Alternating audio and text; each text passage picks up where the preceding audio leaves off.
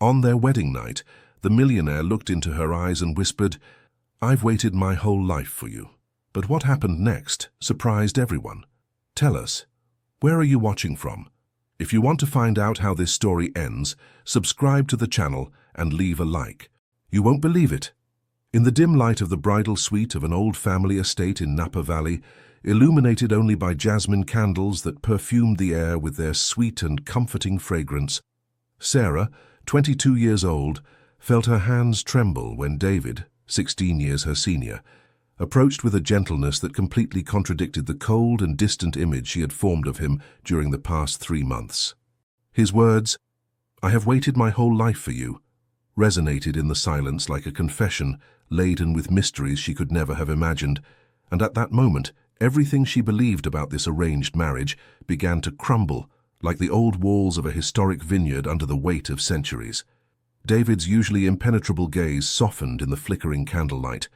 For the first time, Sarah discerned a vulnerability that disarmed her. Shadows danced on the century-old stone walls, silent witnesses to this encounter that transcended the simple business arrangement she had imagined. "What do you mean?" she whispered, her voice barely audible over the crackling flames and the deafening beating of her own heart. David approached the window overlooking the sleeping vineyards under a starry Californian sky. "Sometimes, Sarah, fate makes us wait for what is most precious," he replied, choosing his words with a precision that revealed the depth of his reflection. "And this wait can seem like an eternity." A shiver ran down the young woman's spine, not of fear but of a strange anticipation, as if at the beginning of this wedding night she stood on the threshold of a mystery much vaster than she had imagined. Can unions forced by necessity truly transform into something deep and authentic? 3 months earlier, on a rainy March morning that had transformed the family vineyards into an undulating silver-green sea, Sarah had received the news from her father, Thomas. The century-old winery that had supported 3 generations of her family on the hills of Sonoma County was on the brink of financial collapse, and the only salvation would come from a matrimonial union with the wine industry magnate who dominated the entire region of Napa Valley and part of the Russian River. Valley. This question floated in the perfumed air like an unformulated promise, waiting for time and truth to reveal it. In her father's office, whose walls were adorned with old maps of American wine appellations, the grandfather clock marked each second with a solemnity that seemed to underscore the gravity of the situation. Thomas, with shoulders bent under the invisible weight of failure, avoided his daughter's gaze. "I never wanted it to come to this, Sarah," he said, his hoarse voice betraying sleepless nights. "I tried everything, absolutely everything." Sarah observed her father's hands, those hands that had carried her as a child through rows of vines, that had taught her to recognize the perfect ripeness of a Cabernet Sauvignon grape, which now trembled slightly as they held a barely touched glass of Chardonnay. "Anderson has made an offer," Thomas continued, each word seeming to cost him an insurmountable effort. "An offer that would save everything we've built. But he has one condition." The rain increased in intensity, hammering the century-old windows as if to accompany the inner tumult that agitated the young woman. She knew even before the words left her father's lips what this condition would be. Wasn't the history of the great winemaking families of America marked by strategic matrimonial alliances, as calculated as the exact moment of harvest? "He wants to marry me," she said softly, completing the thought her father dared not formulate. The silence that followed was more eloquent than any confirmation. In that suspended moment, Sarah saw her dreams of studying at UC Davis, her projects of innovation in organic viticulture, her free youth that evaporated like raindrops on stones heated by the sun, finally breaking through the clouds. "You have the right to refuse," Thomas finally murmured, although they both knew it was only an illusion of choice. Sarah approached the window, contemplating the landscape that was part of her as intrinsically as the blood that flowed in her veins. Each vine, each plot, each stone of the walls that delimited the different terroirs told the story of her ancestors. How could she let all of this disappear? "I'll meet Mr. Anderson," she declared with a determination that surprised even her father. "But I want to know the man before giving him my answer. Because if I must sacrifice my freedom," she thought, watching a raindrop trace its sinuous path on the glass, "I at least want to know on which altar I'm placing it." The fiancé was known throughout California as the vineyard prodigy. David Anderson, a brilliant entrepreneur of 38, who had built an impressive empire in just 15 years of relentless work after inheriting a small property in his youth, but who lived alone in his stone mansion from the late 19th century at the top of the Napa Valley Hills, surrounded by Cabernet Sauvignon vines that stretched as far as the eye could see under the Californian sky. Their first meeting took place in the manicured gardens of the Anderson estate, on an April day when the first flowers were beginning to bloom, adding touches of color to a landscape still dominated by the tender greens of budding vines. Sarah arrived escorted by her father, dressed in a simple lavender-blue dress that highlighted the depth of her hazel eyes, her brown hair styled in a loose chignon from which a few rebellious strands escaped. David was waiting for them near a large fountain, tall and straight like the cypress trees that lined the main driveway. His face, chiseled by years and constant business concerns, betrayed no particular emotion when he bowed slightly to greet the young woman. Only a very attentive observer would have noticed the slight tremor of his hand when he brushed Sarah's. "Miss Williams," he said in a deep voice that seemed to resonate directly in Sarah's chest. "It's an honor to receive you in my home." The exchange of conventional courtesies that followed resembled a well-orchestrated dance where each participant knew the steps, but none revealed their true thoughts. Thomas spoke animatedly about the latest developments in the wine world. David nodded with courteous attention, and Sarah observed, analyzed, trying to penetrate the mystery of this man who could become her husband.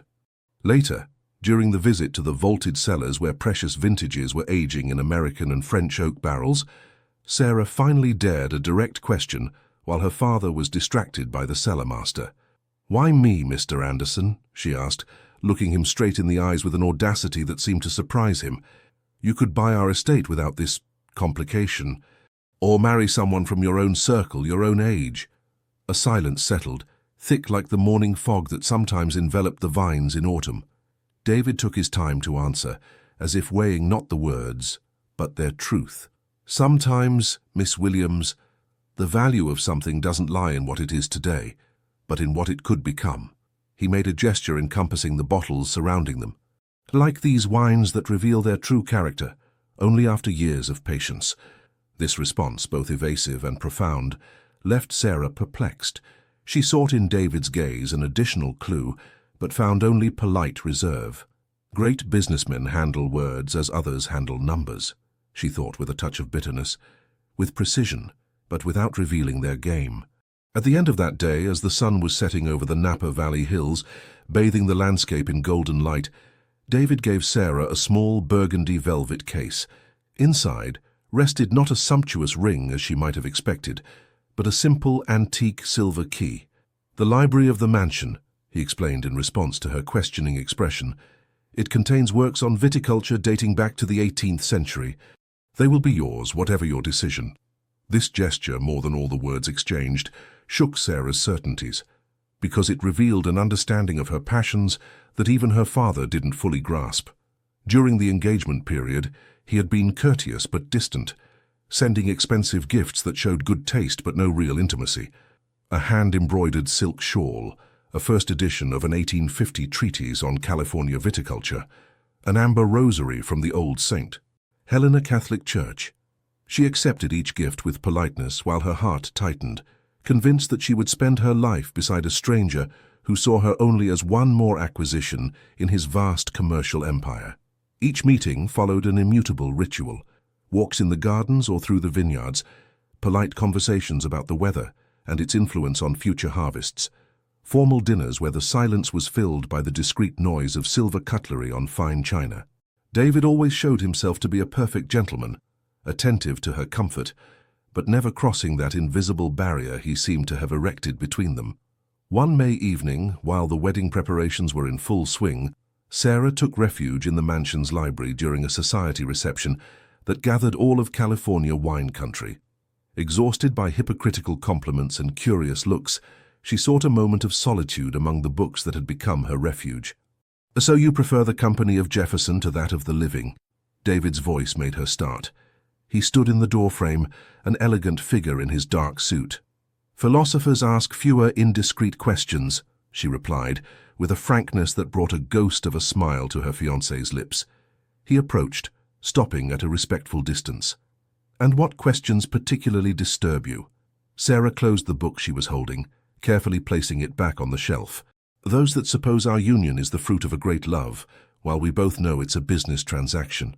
A flash crossed David's gaze, so fleeting that she thought she had imagined it. "Is that really how you see us?" "Isn't it the truth?" she replied, surprised by her own audacity. "You buy an estate and get a wife in the package." The silence that followed vibrated with a palpable tension. David approached the window, contemplating the garden bathed in the silver light of the moon. When he turned to her, his expression had changed, revealing a vulnerability she had never seen before. "Did you know, Sarah, that the best wines often come from the most difficult terroir? The vines that struggle, that root deeply to seek water and nutrients, produce grapes of incomparable complexity." He paused, seeming to carefully choose his words. "Perhaps human relationships sometimes follow the same principle." This analogy, so typically wine country and yet so personal, destabilized Sarah. For the first time, she glimpsed the possibility that David Anderson was much more than the calculating businessman she had imagined. Before she could respond, he bowed slightly.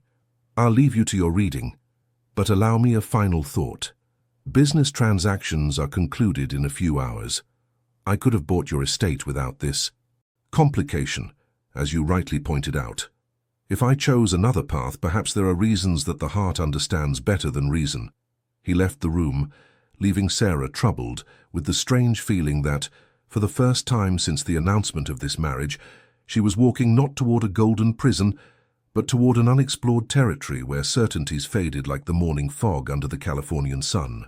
The ceremony took place in June, under a sky of an intense blue that only California knows, in the Gothic chapel of the late 19th century that had belonged to the Anderson family for generations. The roses of Napa Valley filled the air with their intense fragrance, and Sarah walked down the aisle of stones worn by countless pilgrims, feeling the lace of her dress gently brush her skin, while she observed David waiting at the altar with an expression she couldn't decipher. The light filtered through the ancient stained glass windows, projecting colored fragments on the faces of the guests. The high society of California wine country, representatives of the political and economic world, some rare true friends. Sarah advanced as if in a dream, guided by her father whose face reflected a complex mixture of relief and guilt. With each step, she felt the weight of sacrifice, but also, strangely, the excitement of the unknown. David, majestic in his dark suit, watched her approach with an intensity that seemed to exclude the rest of the world. When their hands finally joined, she was surprised by the warmth of his palm against hers, contrasting with the coldness she had always attributed to him. Vows were exchanged in the solemn murmur of tradition. Rings slid onto their fingers like the seal of a contract whose clauses Sarah didn't yet fully know. Then came the reception in the estate's gardens, a whirlwind of congratulations, vintage champagne, and worldly conversations where she played her role of radiant bride with a perfection that surprised even herself. It was only late at night, when the last guests had left the estate and silence fell on the mansion like a velvet veil, that Sarah found herself alone with David in that bridal suite where our story began. His enigmatic words, "I have waited my whole life for you," still resonated in the perfumed air when he approached an antique writing desk, opening it with a key he wore around his neck. "There's something you should see, Sarah," he said softly, pulling out a finely crafted cedar box. "Something I've kept secret too long, perhaps." With trembling hands, Sarah opened the case David handed her. Inside, carefully arranged, were photographs yellowed by time. Her breath caught when she recognized the subject of these images. Herself, a child of 7 or 8 running among the vines during the harvest festival, a crown of wildflowers adorning her brown hair. And there, in the background of another photograph, was David, much younger but recognizable, observing the scene with a smile she had never seen on his adult face. "I don't understand," she whispered, eyes fixed on these fragments of a past she didn't remember having shared with him. David sat on the edge of the bed, respecting the space she needed to assimilate this revelation. His voice, usually assured, betrayed contained emotion when he began his story. 15 years ago, I visited your father's estate for the first time. I was an ambitious young man who had just inherited a small property, seeking to learn from the best winemakers in the region. He paused, his gaze lost in distant memories. It was during the harvest. Your father showed me his techniques, his wine philosophy. And then there was you, Sarah. He smiled gently at that memory. A little girl who already knew the names of all the terroirs, who explained to the harvesters how to recognize perfectly ripe grapes, who sang traditional songs your grandmother had taught you. You had a passion for these vines, a connection with this land that reminded me why I loved this profession so much. David rose, approaching the window that offered a panoramic view of the sleeping vineyards under the moonlight. I returned every year, always finding professional pretexts. I watched you grow from afar, become this brilliant young woman who dreamed of innovations in a traditional world. When I learned of your father's difficulties, I saw not a business opportunity, but the chance to... He broke off, as if words suddenly failed him. Sarah completed his thought, finally understanding what had escaped her comprehension during all these months. The chance to finally be part of my life. David nodded, a touching vulnerability replacing his usual confidence. It's a difficult story to tell without seeming inappropriate. I never considered you as a child to possess, Sarah. It was rather like glimpsing a kindred soul, recognizing something that resonated with my own passion for this land and its traditions.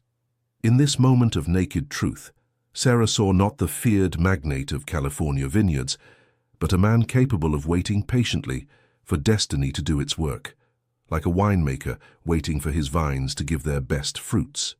This revelation changed everything, not instantaneously as in fairy tales, but like the beginning of a transformation as slow and deep as the maturation of a great wine.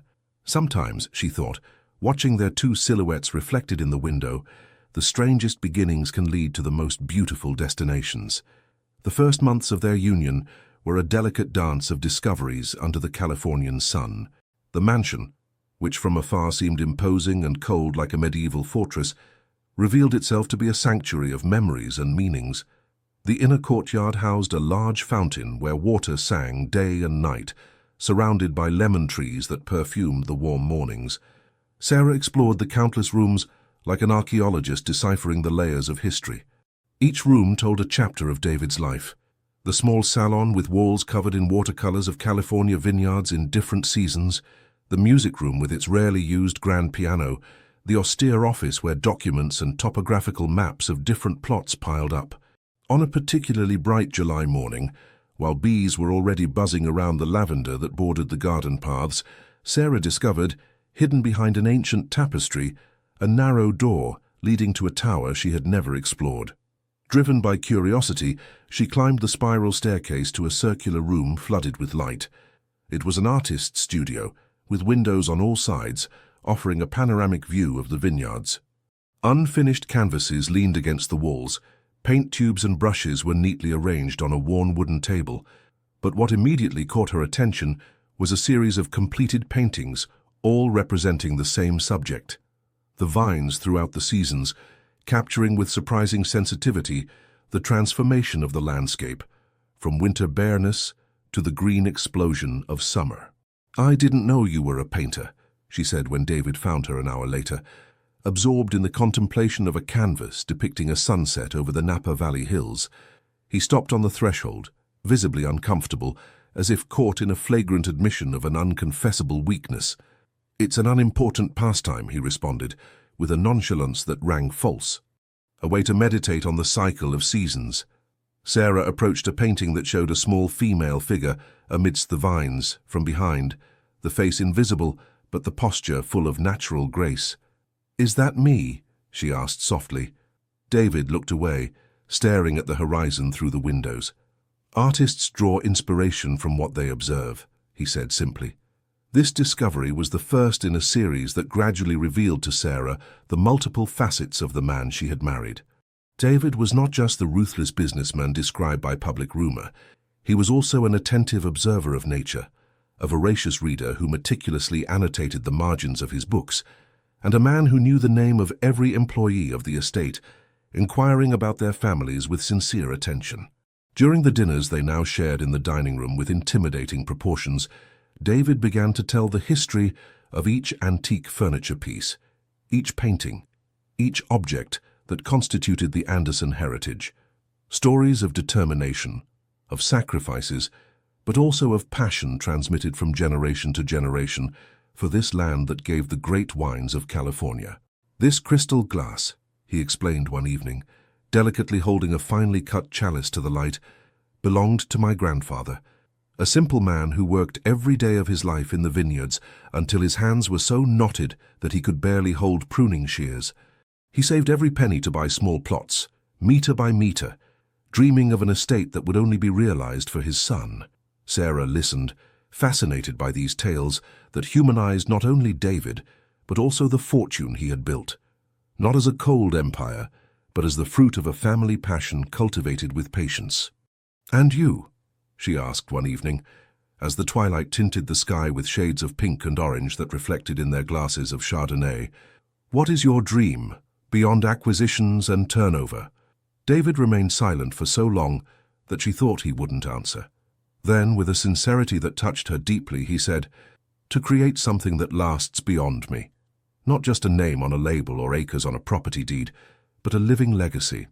A way of cultivating and winemaking that respects what our ancestors knew by instinct, that we don't really own the land, we're simply its custodians for a very short time."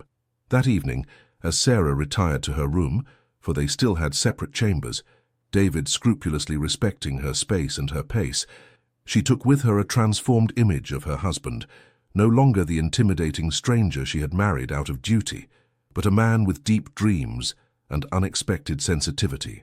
Perhaps, she thought, looking out the window at the silvered vines under the moon, the true journey of a marriage is not to begin with love, but to learn to discover it day by day as one slowly discovers the subtleties of a great wine. Sarah discovered that David's hands, so skilled in business and in signing million-dollar contracts, were also sensitive when touching vine leaves, identifying parasites or nutrient deficiencies simply by touch, and the attentive observation that years of experience had brought him. She began to accompany him in the vineyards at dawn, when dew still shone on the leaves like liquid diamonds, and the sun rose behind the Napa Valley hills, tinting the valley with golden, orange, and red tones that rivaled the colors of the wines they produced. These morning expeditions became a ritual she awaited with growing impatience. Dressed in a simple linen shirt and comfortable pants, her hair braided to resist the breeze, Sarah walked alongside David between rows of century-old vines. He spoke little but showed much, how a slight discoloration of the leaves could indicate a mineral imbalance in the soil, how the structure of a cluster revealed the character of the coming vintage, how the sound of a stem being slightly bent predicted its resistance to summer storms. "The ancients said that the vine speaks to those who know how to listen," David explained on a particularly bright morning, kneeling to show Sarah how the roots sank deeply into the calcareous soil. "It's not superstition or folklore.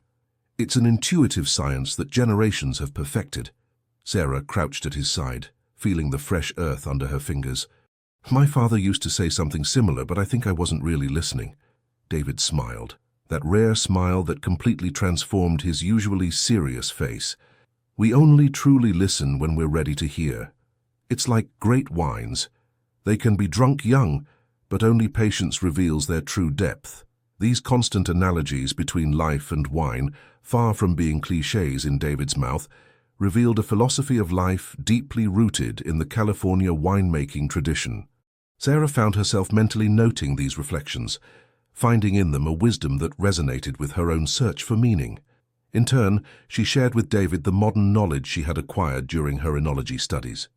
With an initial timidity that gradually transformed into confidence, she told him about biodynamic viticulture techniques, recent research on the impact of climate change on traditional grape varieties, innovations in fermentation methods that respected the authenticity of the terroir while adapting to new realities. To her great surprise, David listened with sincere attention, asking pertinent questions, sometimes challenging her assertions not out of arrogance, but from a desire to truly understand. Their animated discussions often continued during meals, then in the library where they searched together for references in ancient works and recent scientific publications. On a particularly hot August afternoon, while they were debating the use of indigenous yeasts versus selected yeasts, David suddenly interrupted himself in the middle of a sentence. "What is it?" asked Sarah, intrigued by his change of expression. "I just realized something," he replied with an intensity that disturbed her.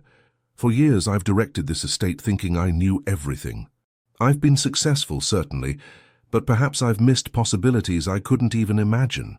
He paused, visibly searching for the right words. "Your perspective, Sarah, is not just refreshing. It's necessary, not just for me, but for the future of these vines."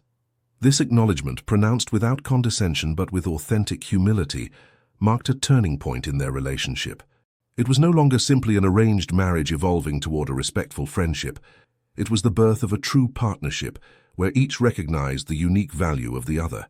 The age difference, which at the beginning had seemed an insurmountable gap, gradually became an asset. David's experience and Sarah's modern training complemented each other, creating a synergy that was beginning to be reflected in the decisions they made together for the estate. One evening, as summer was drawing to an end and the first golden hues appeared on some leaves, announcing the approach of harvest, David confided to Sarah a project that had been close to his heart for a long time, but that he had never dared to concretize: the acquisition of an abandoned plot on a steep slope that the old-timers once considered as producing the best grapes in the region, before industrial cultivation methods favored more accessible land. "It's a risky bet," he admitted, spreading an old cadastral map on the library table. "The restoration costs would be enormous, and nothing guarantees that the legendary quality could be found again." Sarah studied the document carefully, her mind already bubbling with ideas.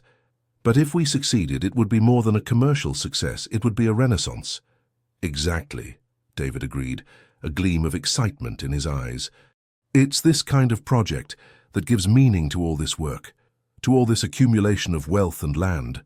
They spent that night elaborating plans, calculating costs, imagining the techniques that could restore life to this forgotten terroir.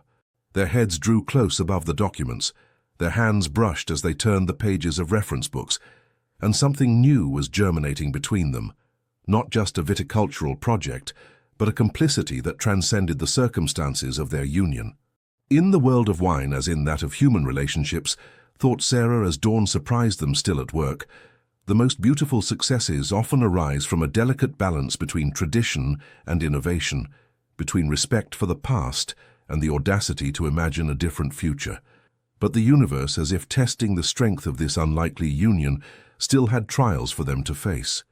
In the 9th month of their marriage, on a grey November afternoon when the first autumn rains began to fall on the already harvested vineyards, Sarah discovered, by chance while overhearing a conversation that wasn't meant for her in the cellar during a meeting with accountants, that Thomas's debt was 3 times larger than she had been told. The words caught behind the heavy oak door of the cellar resonated like thunder in her mind. $1 million just for the San Francisco creditors, not counting the arrangements with the Los Angeles banks. The voice of the main accountant, an austere man whom David consulted for the most confidential affairs, was low but perfectly audible in the silence of the barrels. Sarah remained motionless, her tray containing 2 glasses and a carafe of wine placed for tasting trembling slightly in her hands. David's response reached her, calm and measured as always. "The important thing is that everything is settled now. Thomas must never know the real extent of what I covered." The world seemed to waver under Sarah's feet. $1 million? And that was only part of the debt? She had believed that the family estate was experiencing difficulties, but not a financial disaster of this magnitude. And David had deliberately hidden this information, not only from her, but also from her father. Silently backing away, she deposited the tray on a table and fled towards the gardens, ignoring the intensifying rain. The drops mixed with tears on her face as she walked without a precise goal, her thoughts swirling like dead leaves in an autumn gust. Everything suddenly took on a different meaning. It wasn't simply an advantageous business arrangement for David. It was a massive financial rescue, an act of charity disguised as a business transaction. Humiliation burned in her chest like glowing oak embers. Was she simply the object of an elaborate pity, a charitable work that David had given himself? During a tense week, when the heat made cicadas sing incessantly, Sarah avoided David, taking refuge in the east wing of the mansion where the laboratory he had created specifically for her to experiment with blends of aromas and young wines was located. The few necessary interactions were imbued with an icy coldness on her part, in contrast to David's evident confusion, who didn't understand this sudden change. The physical and emotional distance she imposed was like a wall she was erecting stone by stone. Every silence, every excuse to avoid a shared dinner, every night spent contemplating the ceiling of her room, ruminating on questions without answers. It was Mrs. Thompson, the housekeeper who had served the Anderson family for 3 decades, who finally broke this destructive cycle.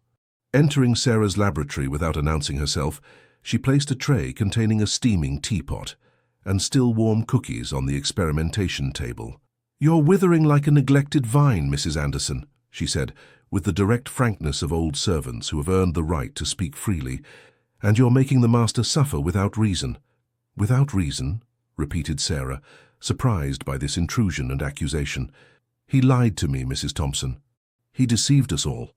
The elderly woman sat down without being invited, pouring tea with precise gestures that testified to years of service. "I've served the Andersons since Master David was a child. I've seen him build all this almost from nothing, working to exhaustion when other men his age were enjoying their youth." She pushed a cup towards Sarah. "I've also seen him observe your family for years, coming to the harvests not for the wine, but to glimpse a little girl, then a young woman who embodied everything he valued." Sarah took the cup, more to occupy her hands than from real desire. "That doesn't justify the deception." "Deception?" Mrs. Thompson raised a grey eyebrow. "Or protection? Do you know what your father would have felt learning the true extent of his bankruptcy?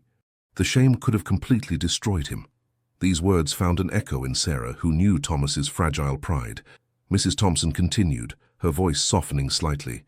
"As for you, Mrs. Anderson, perhaps the master feared that you would feel even more obligated, more bought, if you had known the real amount. Perhaps he wanted to leave you the possibility of choosing him, and not just the rescue he offered." This perspective hadn't occurred to Sarah. In her indignation, she had seen only the dissimulation, not the potential delicacy behind this silence. "He didn't buy a wife, Mrs. Sarah," concluded Mrs. Thompson, rising. "He simply created the conditions so you could remain in his life, on your own terms. The question now is whether you'll choose to see the complete truth or only the part that fuels your anger." With these words, she left the laboratory, leaving Sarah in a silence that suddenly seemed more reflective than heavy. That night, after hours of contemplation, she headed towards David's office, where the light still shone despite the late hour. He looked up from his documents, surprise and cautious hope crossing his tired face. "Sarah," he said simply, her name like a question and a prayer at the same time. "I heard your conversation in the cellar," she began, determined to directly address the subject. "About my father's real debts." David sighed deeply, putting down his pen. "I wondered what had caused this sudden change." He didn't deny, didn't defend himself, simply waited for her to continue. "Why did you hide it from me?" she asked, her voice trembling slightly, despite her determination to remain calm. "Why this dissimulation?" Instead of immediately answering, David rose and approached an ancient cabinet in the corner of the room. With a key he pulled from his pocket, he opened it and extracted voluminous files that he arranged on his desk. "I hid nothing from you, Sarah. Everything is here, every debt, every payment, every legal arrangement."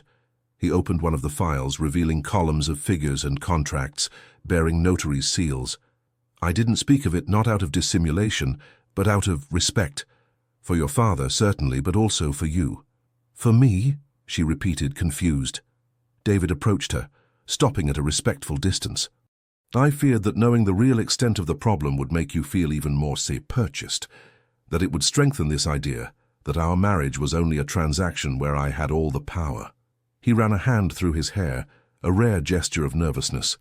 "I wanted you to have the possibility of seeing me, David, without the weight of this additional obligation." The sincerity of this explanation, the vulnerability it revealed, touched Sarah more deeply than she would have imagined possible. All her anger, carefully nurtured for a week, dissipated like the morning fog under the Californian sun. "I was wrong," she admitted softly. "I assumed the worst, without giving you the chance to explain yourself." David shook his head. "No, I should have been transparent from the beginning. The truth, however difficult it may be, is always preferable to the assumptions it generates by its absence." This conversation marked a new turning point in their relationship. For the first time, they had faced a real conflict and emerged stronger from it, with a deeper understanding of each other. It wasn't the perfect resolution of a fairy tale, but something more precious. The imperfect but sincere honesty of two people learning to build together despite the obstacles of the past and the uncertainties of the future. That night, when Sarah returned to her room, she no longer felt like a prisoner of an agreement concluded by others, but an actor in her own story, consciously choosing the direction she wanted to give it. And for the first time since the beginning of this arranged marriage, this direction clearly included David Anderson, not as a benefactor or savior, but as an equal partner in a journey they now defined together. The turning point came in the 7th month of marriage, during the sacred period of September harvest, when the California skies are clad in impossible shades of blue and temperatures begin to gently drop. The air vibrated with a particular energy, that of the accomplishment of a cycle, of the harvest after months of attentive care. The vines, laden with ripe clusters, awaited the perfect moment that David and Sarah would determine together. The estate buzzed with activity. Teams of harvesters from all over the country, and even from Mexico, busied themselves in the parcels under the supervision of team leaders. Sarah, dressed in simple canvas pants and a shirt with rolled-up sleeves, moved between the rows, tasting the berries, checking the balance between acidity and sugar, constantly consulting David with her gaze to confirm her impressions. It was in the midst of this effervescence, while they were supervising together the harvest of their most prestigious plot of Cabernet Sauvignon, that Sarah finally dared to express an idea that had been germinating in her mind for weeks. "I've been thinking about a project," she began, slightly hesitant despite the complicity that had developed between them. "An idea for a new line of wines." David turned toward her, wiping his brow covered with sweat. The late summer sun created golden reflections in his grey-streaked hair, and his attentive gaze encouraged her to continue. "I would like to create an experimental series using biodynamic methods," she continued, the words coming more quickly as her enthusiasm took over her nervousness. "Not on the whole estate, of course, just on a few selected plots to start. I've studied the approaches of winemakers in Oregon and Washington, consulted enologists via video conference, read everything I could find." She broke off, suddenly aware she was speaking too quickly, fearing to see in David's eyes the polite rejection of an idea considered too bold or naive. But his expression surprised her. There was neither condescension nor skepticism, just authentic curiosity, and was that pride she detected? "Tell me everything," David encouraged simply, sitting on a stone wall that separated two plots, patting the place beside him. During the half-hour that followed, Sarah unveiled her vision with growing passion, using lunar cycles to determine the days of work in the vineyards, introducing natural preparations to strengthen the soil's vitality, completely eliminating chemical inputs, even those authorized in traditional organic agriculture. She spoke of spontaneous fermentations with indigenous yeasts, minimal use of sulfur, ancestral winemaking techniques adapted to modern knowledge. When she had finished, breathless and with cheeks flushed from excitement, David remained silent for a moment, contemplating the vines stretching before them like a living carpet. The wait for his reaction was almost unbearable. "You know what the other Napa Valley winemakers will say," he finally said, his voice neither approving nor disapproving, simply factual. "They will talk of madness, of waste, of disrespect for tradition." Sarah felt her heart tighten, but before she could respond, David turned to her with a smile that illuminated his usually serious face. "But they said exactly the same thing to my grandfather when he introduced gentler pressing techniques at a time when brutality was considered necessary to extract character from the grape." He took her hands in his, a spontaneous gesture that surprised them both. "Tradition is not static, Sarah. It's a living river, not a stagnant lake. Each generation must contribute to it, innovate, while respecting what is essential." "So, you agree?" she asked, barely daring to believe it. "Not just agree," David replied, his gaze lighting up with a new intensity. "I want us to do it together. You've studied, reflected, you have a clear vision. I have experience of the terroir, of vintages, of market reactions. Together, we can create something exceptional." He stood, inviting her to follow with a gesture. "Come, I want to show you something." They walked for 20 minutes through the vineyards, gradually climbing a south-facing slope that Sarah had never explored. As they advanced, the perfectly aligned rows of the main estate gave way to older, more irregular vines, some visibly abandoned for years. At the top of the hill, David stopped, encompassing the panorama before them with a gesture. 3 acres, he said, planted by my great-grandfather but left abandoned since the mechanization of the 60s. The slope was too steep for tractors, and labor became too expensive. But the soil here, he knelt, taking a handful of earth that he crumbled between his fingers. It's a perfect mix of clay and limestone, with traces of flint. Before being abandoned, this plot produced the most complex, deepest wines of the estate. He rose, fixing Sarah with an almost feverish intensity. I've been dreaming for years of restoring it, but I had never found sufficient reason to justify the colossal investment it would represent. Now I have. Sarah then understood what he was proposing, not simply to accept her idea, but to offer her the ideal ground to concretize it, a place loaded with family history and unexpressed potential. It was an act of absolute trust, well beyond what she would have dared to hope. "David," she murmured, moved beyond words by this gesture. "It will be an enormous task," he warned, suddenly practical.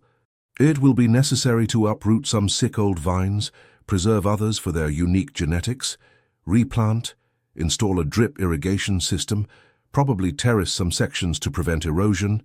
But Sarah was only half listening, overwhelmed by the deep significance of this moment. David Anderson, the man she had married out of duty, was entrusting her not just with a project, but with a dream, a legacy, a part of his soul. Impulsively, she approached him, and for the first time initiated a gesture of affection, placing her hand on his arm. "We'll do it," she said with absolute certainty. "Together." David covered her hand with his, and in this simple but deep contact, something fundamental changed in their relationship. It was no longer an arrangement, no longer a partnership of circumstance, but a true alliance forged by a shared vision. In the weeks that followed, between the long days of harvest and the nights spent monitoring fermentations in the cellar, they elaborated together the plans for their project. The offices of the mansion were covered with maps, diagrams, soil analyses, research on biodynamic methods adapted to the California climate. They worked side by side until late at night, sharing simple meals brought by Mrs. Thompson, who observed with a discreet smile the evolution of their relationship. The discussions were passionate, sometimes punctuated by disagreements, Sarah defending more radical approaches, David tempering with his experience of the economic and climatic realities of the region.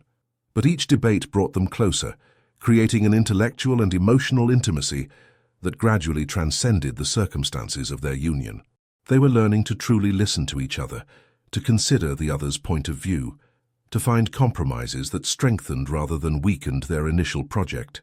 One evening, as autumn was advancing and the vines were donning red and gold, they found themselves on the mansion's terrace, contemplating the twilight that was setting the horizon ablaze. A comfortable silence had settled between them, the kind that doesn't need to be filled with words. "Do you know what fascinates me about you, Sarah?" David suddenly asked, his gaze fixed on the landscape that was slowly darkening. She turned her head toward him, intrigued by this unexpected question. "No," she replied simply, curious about his answer. "Your capacity to see possibilities where others see only constraints." He finally looked at her, his expression imbued with sincere admiration. "You've transformed a forced marriage into an opportunity for creation. You've taken this impossible situation and shaped it into something that has meaning, beauty even." These words, pronounced with a contained but palpable emotion, touched Sarah deeply. For the first time, she saw clearly her own strength through David's eyes, not the resignation she had initially felt, but a creative resilience that transformed obstacles into springboards. "I had a good teacher," she responded softly. "A man who waited 15 years for a chance he wasn't certain to obtain. If that's not seeing possibilities where others would have abandoned, then I don't know what is." David smiled, that rare smile that completely transformed his face, erasing the years and worries. In the growing darkness, they remained side by side, their shoulders lightly touching, watching the first stars appear in the Californian sky. No additional words were necessary. They had found a language beyond words, made of mutual understanding and shared respect. That night, for the first time, Sarah didn't return to her separate room, without dramatic declarations or theatrical gestures. Simply with the naturalness of an inevitable evolution, she followed David to the mansion's master bedroom. Their physical union was like their relationship, initially hesitant, then increasingly confident, mixing tenderness and passion in a mutual discovery that transcended simple attraction. True love, thought Sarah as she fell asleep in David's arms, is perhaps not the one that strikes like lightning in fairy tales, but the one that builds patiently, like a great wine, through the changing seasons of life. In the 9th month, on a grey November afternoon when the first autumn rains began to fall on the already harvested vineyards, Melissa Carter reappeared, an elegant woman of 35, sophisticated, who years ago had refused David's marriage proposal when he was only 25 because he wasn't wealthy enough at the time, preferring to marry an already established New York businessman. Her arrival at the mansion was as unexpected as it was disturbing. Sarah was supervising the bottling of their first experimental batch of biodynamic white wine when Mrs. Thompson came to inform her that a visitor was waiting for David in the main salon. Something in the housekeeper's expression, a mixture of disapproval and concern, immediately awakened Sarah's curiosity. "A Mrs. Carter," specified Mrs. Thompson, pronouncing the name as if it had an unpleasant taste. "She says she's an old friend of the master." Sarah finished her instructions to the cellar master and headed toward the mansion, intrigued but not particularly alarmed. David naturally had a past before their meeting, and she wasn't the type to become alarmed at a simple visit from an acquaintance. However, entering the salon, she was seized by an instinctive sense of wariness. Melissa Carter was the incarnation of New York elegance. Tall, slim, dressed in an impeccable Prada suit, her blonde hair perfectly styled, framing a face with fine features that time had barely touched. She stood near the fireplace, observing the paintings hung above the mantel with the air of someone evaluating familiar possessions. David, standing near the window, had an expression Sarah had never seen on him, a mixture of surprise, distrust, and a more complex emotion she couldn't decipher. "Ah, so here is the young bride," exclaimed Melissa, turning towards Sarah, her New York accent emphasizing each syllable with studied precision. "David, you didn't tell me she was so fresh." The word, pronounced with a smile that didn't reach her eyes, contained both a compliment and a subtle condescension. Sarah felt an immediate tension, like the static electricity that precedes a summer storm. "Sarah, this is Melissa Carter, a long-standing acquaintance," David introduced, visibly choosing his words carefully. "Melissa, my wife, Sarah Anderson." "Enchanted," Sarah responded with a politeness that masked her growing unease. "To what do we owe the pleasure of your visit?" Melissa made an elegant gesture with her hand, as if to sweep away a trivial question. "I'm traveling to Sonoma, and I told myself it would be unthinkable to cross Napa Valley without greeting an old friend." She smiled at David, a smile laden with shared memories. "We have so much history together, don't we, David?" "It was a long time ago," he replied, his tone neutral but firm. "Not so long ago," Melissa corrected with a small crystalline laugh. "I still perfectly remember that small apartment in San Francisco where you elaborated your grand projects. Who would have believed you would be so successful?" She turned towards Sarah. "He was so ambitious, so determined. I always knew he would go far." Sarah felt insecurity bite like a venomous viper hidden among the stones. How could she compete with a woman who shared memories with David, who knew his past and his youthful dreams, who had more life experience and probably knew exactly what to say to touch his heart? Melissa wore expensive New York perfume, dressed in Italian brand clothes, spoke of dinners in Aspen and seasons in the Hamptons, of political contacts in Washington, D.C., and international investments, a world Sarah barely understood. On David's polite but reluctant invitation, Melissa stayed for dinner. As she spoke, she constantly found ways to remind of her connection with David. "Do you remember, David, when we had dined at the Johnsons and discussed exactly this?" Or, "This bottle reminds me of that Cabernet we discovered together at that tasting in New York," Sarah observed, increasingly uncomfortable, the way Melissa subtly touched David's arm while speaking, how she leaned toward him to whisper a comment, how her gaze lingered on him with a familiarity that suggested much more than a simple past friendship. At the table, she dominated the conversation with anecdotes about her recent travels, references to influential people she intimately knew, observations on the latest trends in the luxury wine market. Even more troubling was the fact that David, usually so direct and incisive, seemed strangely passive in the face of these maneuvers. He didn't encourage them, certainly, but neither did he stop them with the firmness that Sarah would have hoped for. She suddenly wondered if there remained buried feelings for this woman who had once rejected him, but who now seemed determined to reclaim her place in his life. The meal dragged on like a refined torture. When dessert was finally served, a pear tart from the Anderson family's century-old recipe, Melissa nonchalantly remarked, "I heard you bought the Williams estate, a strategic purchase, on several levels, isn't it?" Her gaze slid toward Sarah, evaluative and slightly mocking. The message was clear. She considered this marriage a transaction, nothing more. Sarah felt her cheeks burn, as much from anger as from humiliation.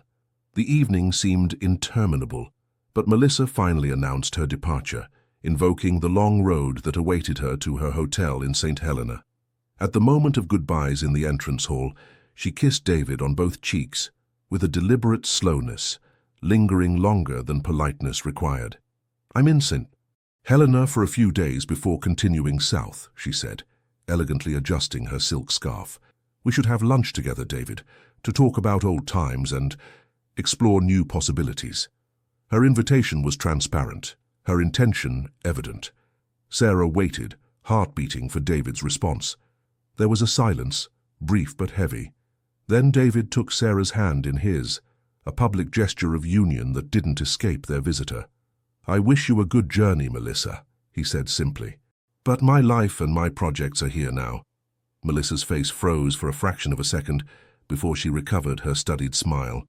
"Of course, I understand. Another time, perhaps." She turned towards Sarah with feline grace. "You are very fortunate, my dear. Take care of it." This last remark, pronounced like a benevolent piece of advice but resonating like a veiled threat, floated in the air long after Melissa's departure in her gleaming black Mercedes. That night, as they prepared for bed in an uncomfortable silence, Sarah could no longer hold back the question that burned her lips. "Did you love her?"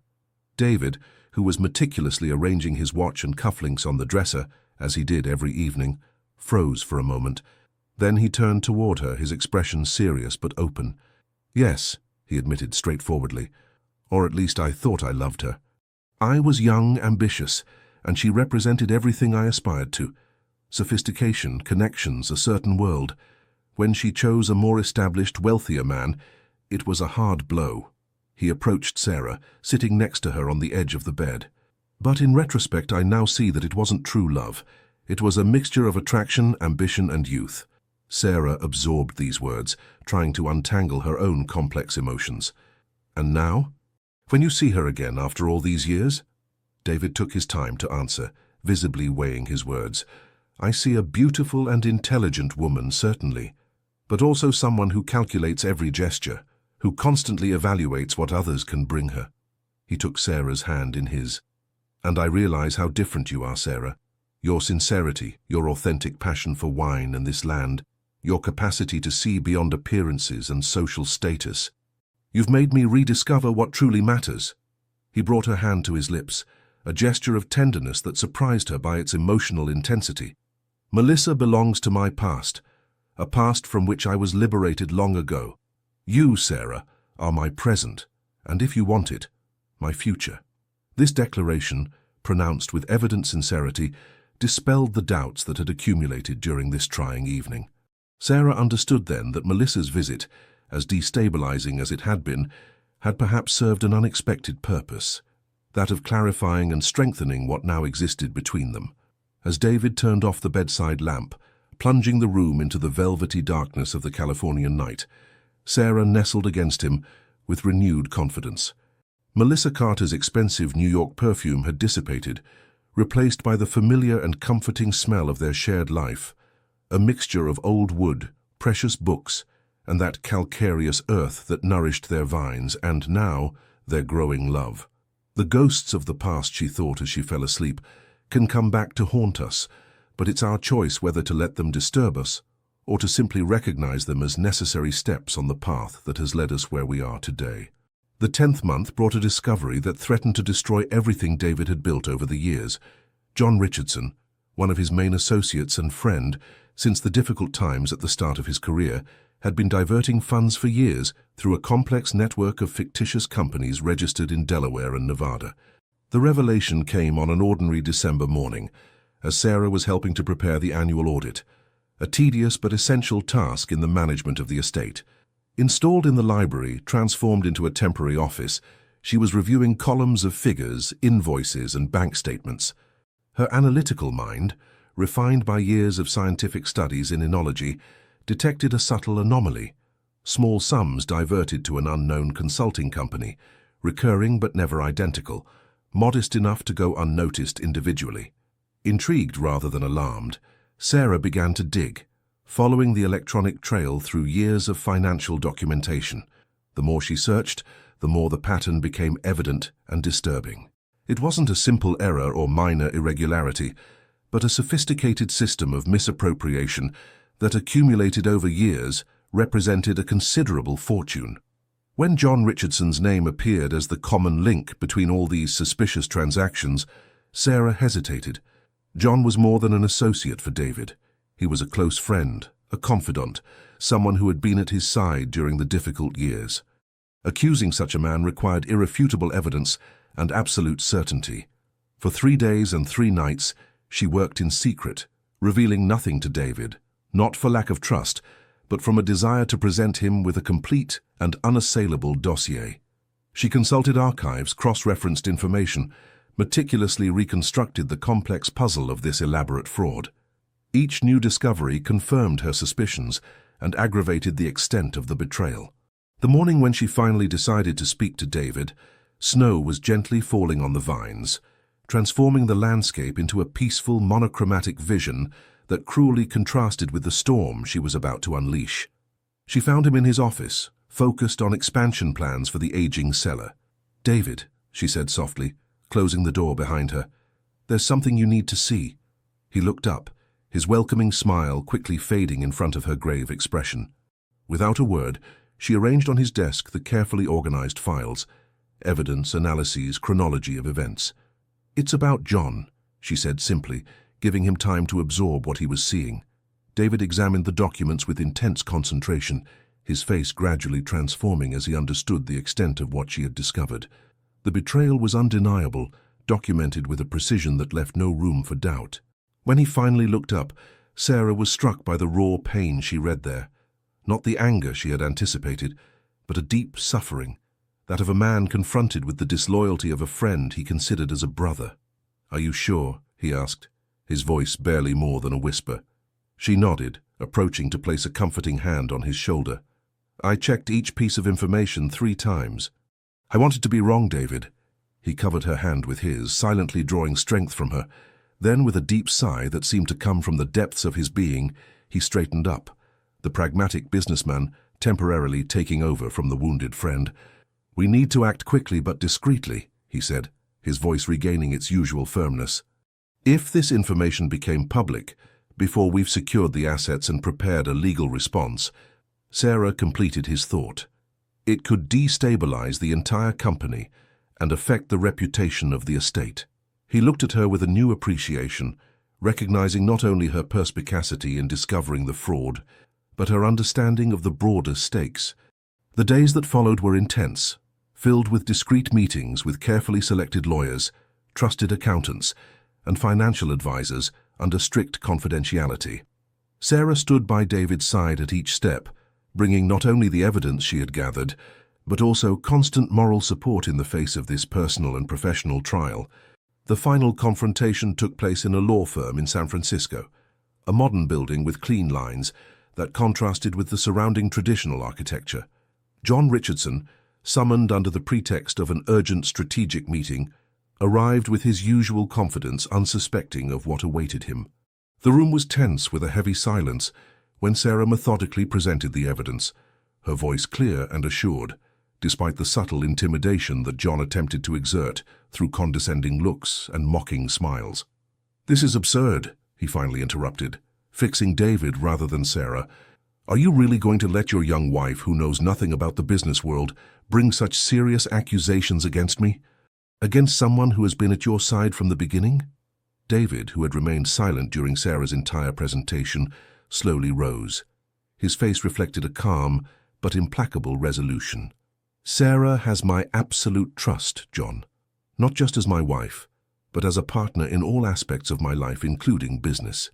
He paused, his gaze direct and uncompromising. "The evidence speaks for itself. The question now is how we're going to resolve this." Faced with the overwhelming evidence and the unshakable unity of the couple, John's arrogant facade gradually crumbled. First vehement denials, then attempts at minimization, and finally, confronted with the prospect of criminal proceedings that would destroy not only his career, but his very freedom, the bitter acceptance of his defeat. An agreement was reached: complete restitution of the diverted funds, immediate resignation from all his functions in companies linked to the Anderson estate, and a legal document committing him never to reveal confidential information about the internal operations of the group. In exchange, David would refrain from bringing the case to court. When John finally left the room, defeated but narrowly avoiding public disgrace, a heavy silence settled. The lawyers and accountants gathered their documents and discreetly withdrew, leaving David and Sarah alone to face the emotional consequences of this trying day. David approached the window, contemplating the city with its hills and the bay in the distance. 15 years, he murmured, more to himself than to Sarah. 15 years of friendship, shared trust, confided secrets. Sarah approached, gently embracing his waist from behind, offering her silent presence as comfort. She understood that despite the practical resolution of the situation, the emotional wound would remain open for a long time. "You know what's hardest to accept," continued David, his low voice resonating with contained pain. "Not the money. Money can be replaced. It's the realization that someone who knew my struggles, my doubts, my most vulnerable moments, could coldly calculate how to profit from it. How does one recover from such a betrayal?" Sarah carefully reflected before responding, sensing the importance of this moment. Perhaps it's not about recovering completely, but about learning to live with a more nuanced understanding of human relationships. She positioned herself in front of him, seeking his gaze. "You once told me that the best wines often come from the most difficult terroirs. Perhaps the strongest people emerge from the most painful trials." A ghost of a smile crossed David's face. "You're using my own metaphors against me." "I prefer to say that I'm learning from the master," she responded softly. He drew her to him, drawing on her strength and unexpected wisdom. In this moment of shared intimacy, something profound consolidated between them, a trust that had been tested and proven, an alliance that transcended the circumstances of their initial union. On the way back to the mansion, as the snow began to fall gently again on the California countryside, David broke the comfortable silence that had settled. "You know, there's still something I've never told you. Something concerning your father and the real reasons for his financial difficulties." Sarah turned her head toward him, surprised by this unexpected mention. "My father? What do you mean?" David took a deep breath, as if preparing for a difficult but necessary confession. "I think it's time you knew the whole truth. When we get back to the mansion tonight, I'll show you documents I've kept protected, perhaps too long." Sarah felt apprehension rising in her, but also a strange anticipation. Whatever secrets still hidden in the foundations of their marriage, she now knew they could face them together, with an honesty and strength that would transform even the most difficult truths into opportunities for deeper understanding. Truth, she thought, watching the snowflakes dance in the declining light of day, is like these frozen crystals, sometimes cold and sharp, but also of a pure beauty that clarifies everything it touches. In the 11th month, on a cold January night when the north wind was blowing on the bare vines and the fireplace in the main hall was crackling, creating dancing shadows on the century-old stone walls, David revealed the last secret he kept as a painful treasure. They were sitting facing each other in the library, sanctuary of their most important conversations. The fire projected a warm glow that contrasted with the glacial night visible through the frosted windows. David had just served 2 glasses of an old cognac, a habit he reserved for moments of great significance. "What I'm about to reveal to you," he began, his eyes reflecting the flickering light of the flames. "I've kept secret out of respect for your father and for fear that it might change your perception of him." Sarah felt her heart accelerate, anticipating a revelation that she sensed would shake her certainties. "Tell me," she gently encouraged. David rose, approaching an antique secretary from which he drew a key he always carried with him. From the secret drawer that she had never seen opened, he pulled out a file bound in dark leather, worn by time and repeated handling. "When I began to consider our arrangement," he said, carefully choosing his words, "I naturally did a thorough verification of the financial situation of the Williams estate. It's a standard practice in any potential acquisition." He paused, seeming to search for the courage to continue. "What I discovered went well beyond the financial difficulties your father had admitted." He opened the file, revealing official documents, private investigation reports, correspondences. "Thomas wasn't simply indebted through poor administration or business misfortune," continued David, his voice soft but clear. "He was systematically deceived for years by an accountant based in Chicago, Louis Mitchell. This man diverted considerable sums through false tax declarations and phantom investments that existed only on paper." Sarah remained motionless, absorbing this information that radically changed her understanding of her family's financial decline. "My father, did he know?" David slowly shook his head. "I don't believe he ever understood the extent of the fraud. Thomas was an exceptional winemaker, Sarah, a wine craftsman with a rare talent. But financial management wasn't his field. He trusted, perhaps too much, and Mitchell took advantage of it for nearly a decade." "Why not denounce this Mitchell?" asked Sarah, a nascent anger coloring her voice. "He should have been prosecuted, imprisoned." David placed a soothing hand on hers. "I thought about it, believe me. But the consequences—" He sighed deeply. "An official investigation would have publicly exposed not only the fraud, but also your father's involuntary negligence. His reputation, the Williams legacy, everything would have been irremediably tarnished, and the shock for him would have been devastating, realizing he had been manipulated for years by someone in whom he had placed his trust." Sarah then understood the depth of the protection David had offered, not only financial, but also emotional and social. "What did you do?" she murmured. "I used private channels," he explained, his gaze sustaining hers without faltering. "Mitchell was confronted discreetly with irrefutable evidence. He returned part of the funds and retired from business. He now lives in Switzerland under discreet surveillance. If he ever attempted to resume his fraudulent activities, the evidence would be immediately transmitted to the authorities." "And my father never knew anything?" David shook his head. "I presented the acquisition of the estate and our marriage as a beneficial business solution for all, not as a rescue. Thomas's pride thus remained intact." Sarah rose, overwhelmed by the contrasting emotions swirling within her: gratitude for the protection offered to her father, sadness for the hidden truth, and a new understanding of the depth of David's consideration. "Why tell me now?" she finally asked, approaching the window to contemplate the starry night. David joined her, respecting her need for physical space while maintaining the emotional connection. "Because we've passed the stage of secrets between us. Because you've proven, through your strength in the face of the John affair, that you can face even the most difficult truths.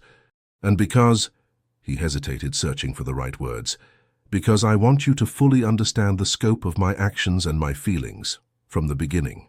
Sarah felt hot tears flowing down her cheeks as the firelight illuminated her face, but they weren't tears of anger for having been kept in ignorance like a protected child. They were tears of deep gratitude for David's compassion and wisdom in protecting what was precious to her, the image of her father as an honorable man who had done his best in impossible circumstances. She turned toward him, fully grasping for the first time the meaning of these words pronounced on their wedding night. "I have waited my whole life for you." It wasn't simply a romantic declaration, but the expression of a deeper truth. David hadn't simply waited for a specific woman he had seen growing up among the vines like a wildflower. He had waited his whole life for the capacity to love so deeply and unconditionally that he would place the happiness of the other above his own American pride, his own masculine ego, his own need to be right or to control everything. He had waited for the emotional maturity that would allow a true partnership, not a possession disguised as romance. "I understand now," she murmured, approaching to place a hand on his cheek. "What you meant that night." David covered her hand with his gaze revealing a vulnerability rarely exposed. "I was afraid you would see in me only a calculating man, using your family situation to my advantage. While the truth is that you acted out of compassion as much as interest," she completed. "You protected my father from a truth that would have broken him, while giving me the possibility of a new beginning, without ever demanding recognition for it." They remained thus, in the dancing light of the fire, letting this new understanding settle between them like a precious wine that one allows to breathe to reveal its full complexity. This moment marked not the end of a journey, but rather the consolidation of a foundation on which they could build their common future, a foundation of complete truth, proven trust, and mutual respect. Later that night, nestled in the warmth of their bed, while the winter wind howled around the mansion, as if to test the solidity of their walls, Sarah shared a decision she had made in the silence of her heart.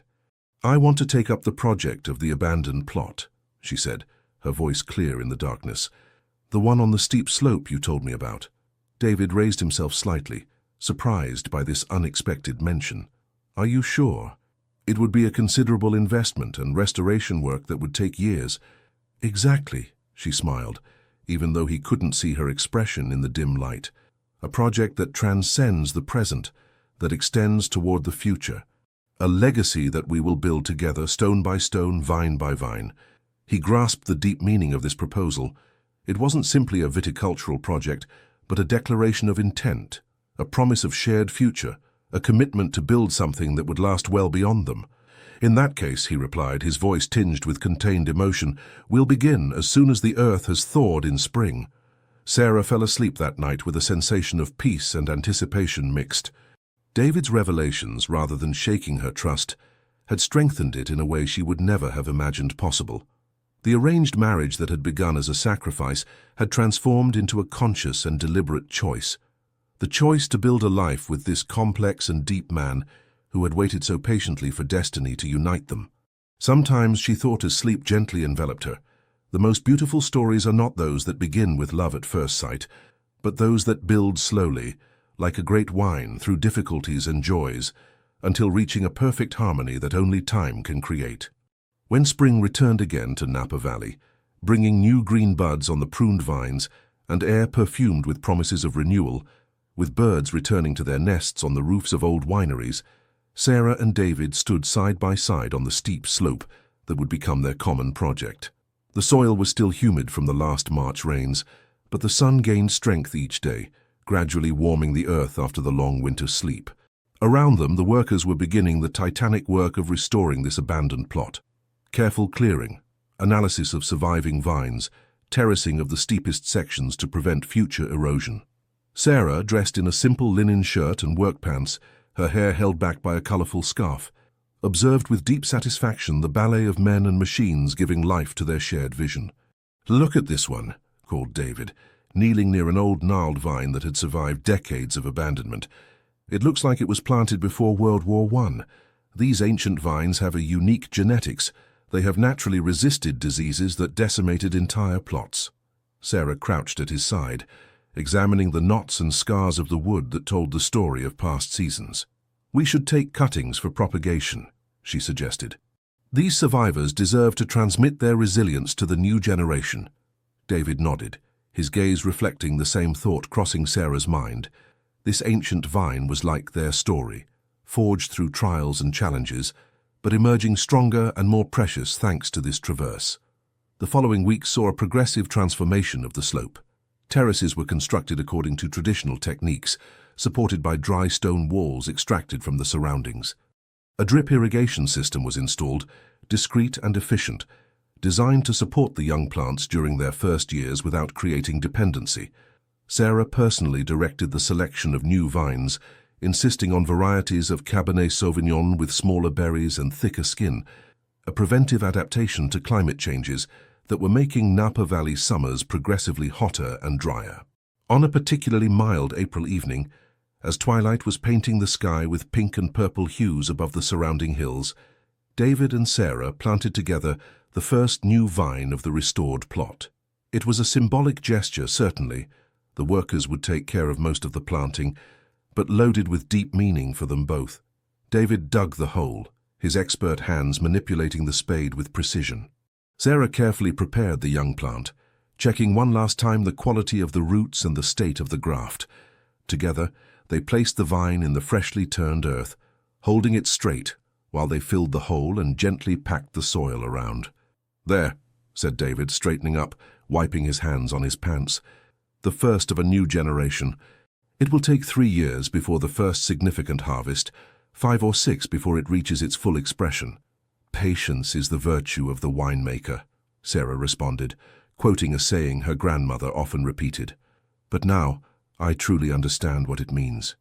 David smiled, that rare smile that completely transformed his usually serious face. "And what is this new understanding?" She contemplated for a moment the young plant, fragile but full of potential, before responding. "Patience is not simply waiting passively for time to pass. It's an active participation in the growth process, observing, learning, intervening when necessary, but also knowing when to step back and let nature do its work." David looked at her with undisguised admiration. "You speak like a born winemaker." "I had an excellent teacher," she replied, spontaneously taking his hand. "Several, in fact. My father, my grandmother, and you." They remained thus for a moment, hand in hand, contemplating their work and the magnificent landscape stretching before them. The setting sun gilded the vineyards as far as the eye could see, creating a living tableau of the richness and beauty of this land they cherished so much. "I have another idea," Sarah suddenly said, her mind always in motion, "for the line of biodynamic wines we're developing. I was thinking of a name, a label that would reflect our story." "I'm listening," David encouraged, curious. "The Patient Wait," she proposed, carefully observing his reaction. "To honor these 15 years you waited, observing from afar, hoping without certainty." David remained silent for a moment, visibly moved by this suggestion that touched the heart of their shared story. "It's perfect," he finally said, his voice slightly hoarse with emotion. "And for the label? I was thinking of a drawing of a little girl with a crown of wildflowers, running among the vines. A reference to that first encounter that changed the course of our lives without us knowing it." A month later, Sarah contacted a renowned artist from San Francisco, known for his delicate illustrations that captured the spirit of California wine country.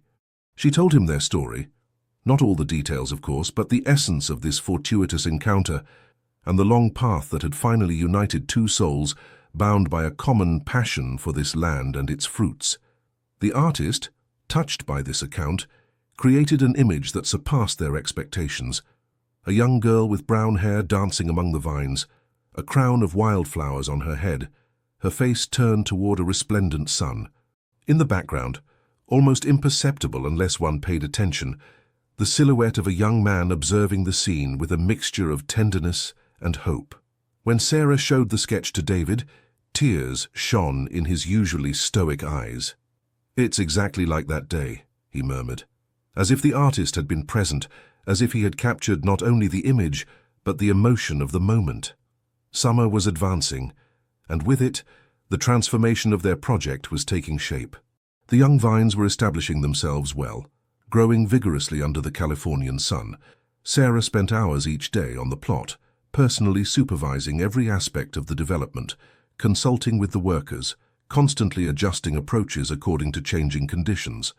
David, while supervising other aspects of the estate, often joined her, bringing his experience and perspective, but clearly leaving her the main direction of this project so dear to her heart.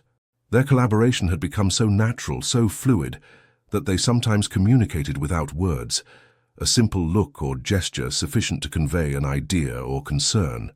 It was at the end of July, while the first clusters were beginning to form on the older vines of the estate, that Sarah received a phone call that made her smile widely. When David returned to the mansion that evening, she was waiting for him in the main salon, 2 glasses of their best Chardonnay already served. "We have something to celebrate," she announced, handing him a glass. "I received a call from Thomas Reynolds today." David raised an eyebrow, immediately recognizing the name of one of the most influential wine critics in America. "And?" "He tasted our first experimental batch, The one we vinified last autumn with grapes from the southeast-oriented plots. David took a sip of wine, awaiting the continuation with visible anticipation. This first biodynamic attempt had been a risky bet, pushing the limits of the region's traditional methods. He described the wine as a revelation, at once deeply rooted in California tradition and boldly innovative, continued Sarah, unable to contain her joy. He said it was like rediscovering Cabernet Sauvignon for the first time, and asked if he could write an entire article on our approach for Wine Spectator. David remained motionless for a moment, absorbing this extraordinary news. Then a radiant smile illuminated his usually reserved face. "Sarah Anderson," he said, raising his glass, "you're revolutionizing this estate, and perhaps all of Napa Valley with you." "We're doing it together," she corrected, touching her glass to his. "It's our shared vision that makes this possible." They savored this moment of triumph, aware that it was only the beginning of a greater adventure. Reynolds's article, published 2 weeks later, triggered a wave of interest in their biodynamic approach. Orders began arriving from starred restaurants in San Francisco, Los Angeles, and New York, from importers in England, Germany, and Japan, from collectors who valued the story as much as the ruby liquid in the thick glass bottles. This unexpected success confirmed what Sarah and David had intuitively understood, that there was a growing market for wines that told an authentic story, that reflected not only a unique terroir, but also the values and vision of the people who created them. As summer gave way to autumn, with its foggy mornings and golden afternoons, Sarah and David prepared for the harvest, their first as a true team, bound no longer by a practical arrangement, but by a deep love and mutual respect, forged through shared trials and triumphs. Life, reflected Sarah as she watched the sun set over their vines one September evening, like wine, reveals its true depth, not at first contact, but after traversing the seasons, after being tested by time and circumstances. What seemed at first a constraint has revealed itself to be the most precious gift, the opportunity to discover a love that, like the great wines of California, improves with each passing year. For their first wedding anniversary, under the same impossible blue June sky that exists only in California lands, Sarah and David held hands at the top of their restored slope. An entire year had passed since that wedding night that had marked the beginning of their improbable journey, a year of discoveries, trials, and profound transformations. The landscape before them testified to their hard work and shared vision. The terraces staged harmoniously, following the natural curves of the hill. The young vines thrived under the summer sun, their bright green leaves contrasting with the ochre earth. Between the rows, medicinal herbs and wildflowers had been deliberately sown, attracting bees and beneficial insects to this carefully orchestrated ecosystem. "If someone had told me a year ago that we would be here, like this," began Sarah, her voice tinged with wonder. David gently squeezed her hand. "Life is like wine, full of surprises and unexpected evolutions." They exchanged a knowing look, recognizing the irony of this wine metaphor that had become their common language.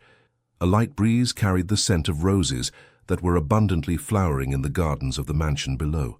The same perfume that had filled the air on their wedding day, but which now evoked very different memories. "I have something for you," said David, pulling from his pocket a small polished wooden case, "to mark this extraordinary year." Sarah delicately opened the box to discover a finely chiseled silver pendant, representing a stylized grape cluster where each berry was a tiny semi-precious stone of different hues, deep garnets, purple amethysts, golden citrines. "It's magnificent," she murmured, moved by the beauty and symbolism of the jewel. "Look inside," David encouraged. She turned the pendant over to discover an inscription, engraved in delicate letters, "The patient wait for Sarah, who was worth every moment of waiting. D." Tears came to her eyes at this simple but profound declaration. Without a word, she handed the pendant to David, turning so he could fasten it around her neck. His fingers brushed her skin in an intimate gesture that sent a shiver down her spine. "I also have something for you," said Sarah when he had finished. She pulled from her pocket an envelope that she handed him, with a mixture of excitement and nervousness. David opened it curiously to extract an official letter. His eyes quickly scanned the document, then widened in surprise. "Sarah, it's—" He broke off, visibly moved. "The official approval for our biodynamic label," she confirmed with pride. "And that's not all." Turn the page.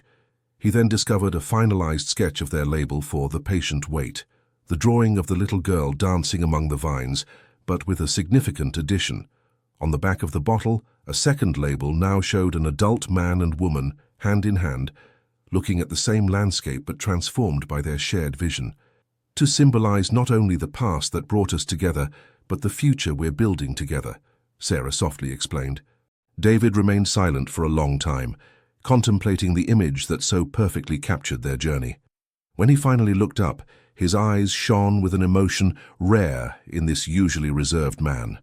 "You know," he said finally, "during all those years when I watched you grow up from afar, I would never have imagined this."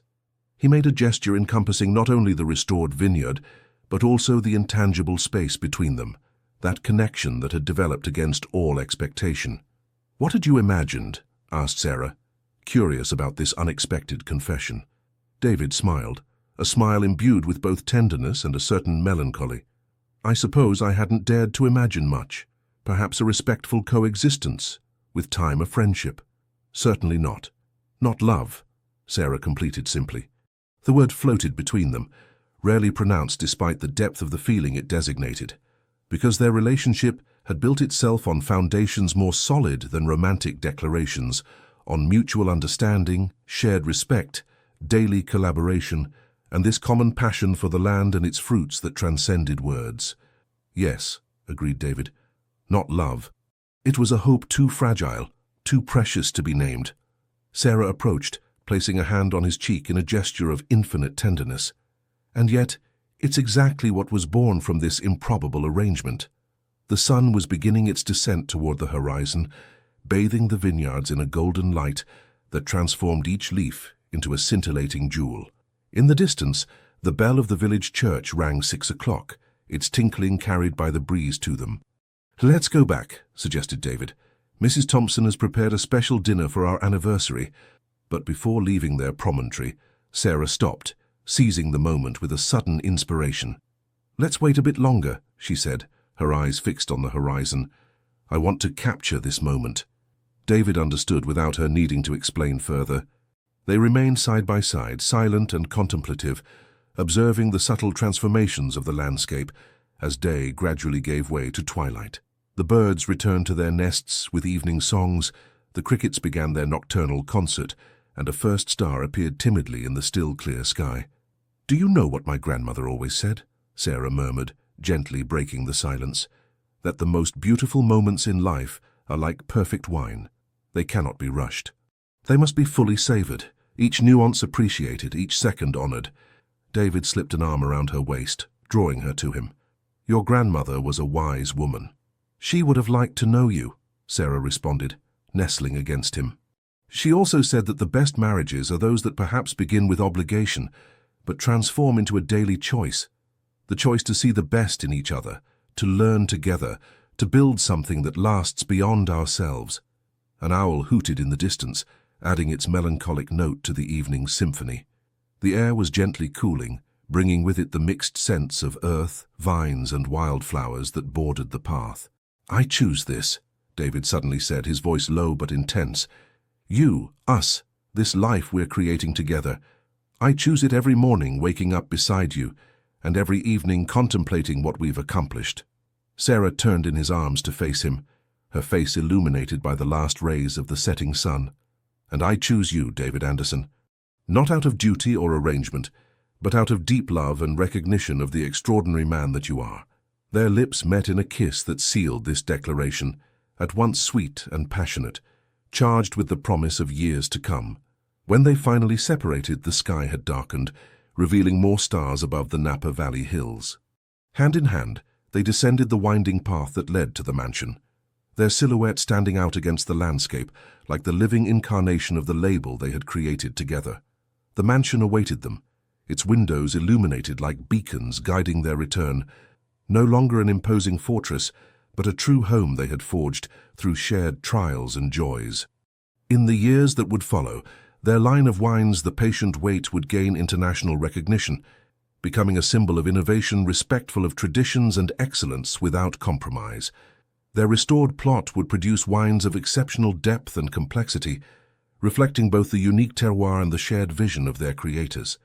But that evening, as they crossed the threshold of the mansion, they were simply Sarah and David, no longer the constrained heiress and the distant magnate, but two equal partners who had discovered that sometimes the most improbable unions can transform into the deepest and most enduring. Because like the most exquisite wine born from difficult conditions, their love had emerged from the most unexpected circumstances, improving with time, revealing depths and nuances that neither could have anticipated. "I have waited my whole life for you," David murmured as he closed the door behind them, repeating the words that had marked the beginning of their journey a year earlier. And Sarah, with a smile that illuminated her face and warmed David's heart, responded with words that came directly from her heart, deeply transformed by unexpected love. "And I spent my whole life, without knowing it, becoming the woman who deserved your patient wait.